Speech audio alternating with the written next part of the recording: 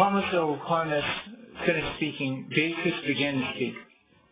This reminded Dante of how emotions are ripples at the surface of water that are inside a round vase.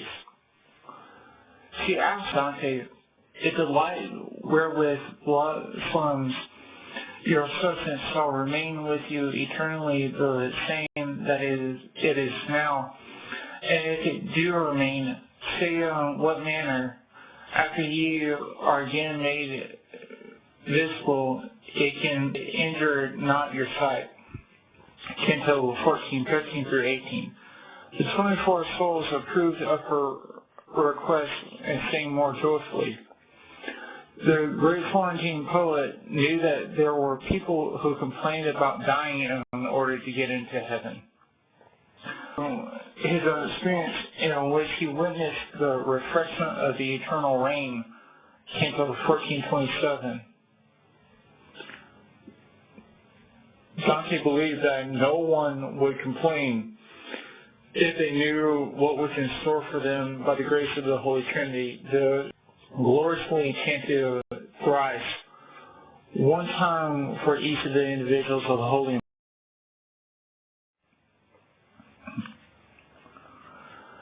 At the end of this, King Solomon modestly answered both of Dante's questions by saying that after the resurrection of the dead, the bodies of the church triumphant would increase their eternal illumination, which proportionally derived from the ardor, which proportionally derived from the vision, which proportionally derived from the grace of the Father.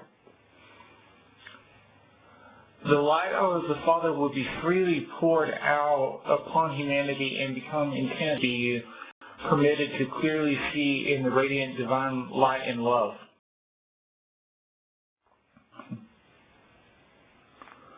At the resurrection of the dead, the resurrected bodies of the faithfully departed would become like a burning coal. Recall how a coal burns more intensely inside than outside. This shows the church triumphant would burn more intensely than the brilliance which would envelop them. Every single soul would be able to observe other people, even if they were shining greatly. The thought of having their bodies returned to them, also those of the church triumphant, caused all 24 souls to joyously cry out.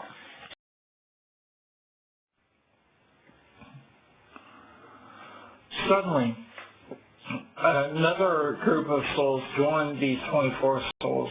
Though their arrival was gradual and initially dim, they formed a third circle that gloriously outside the first two circles. This appeared to be a reference to the Trinity. The whole experience overwhelmed Dante. He saw Beatrice smiling at him. However, her beautiful smile was not the only thing Dante realized was occurring at that moment. They were on the move. The Florentine difference here shrouded in the distance. As they ascended speedily, the planet materialized through the void. Dante witnessed the sphere change color from black and shadowy to carmine. He erupted into a silent but heartfelt prayer of thanksgiving for the Father's merciful grace. In answer, the Father sent two fiery beams of light, which formed a circumscribed Greek cross. It caused Dante to cry out, Helos, who so adorned them. Canto 1496. With the starry Milky Way as the majestic background, the great Florentine poet saw the burning image of Christ himself flash across this.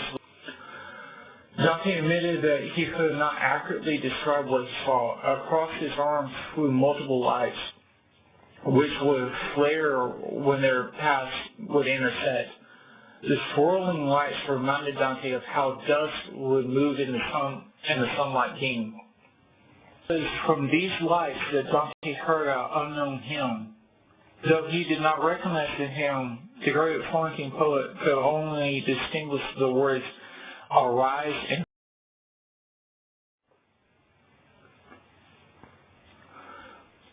when we look at the Latin word "vinci," meaning conquer, we can observe the related word "vinculum," meaning bond or shackle.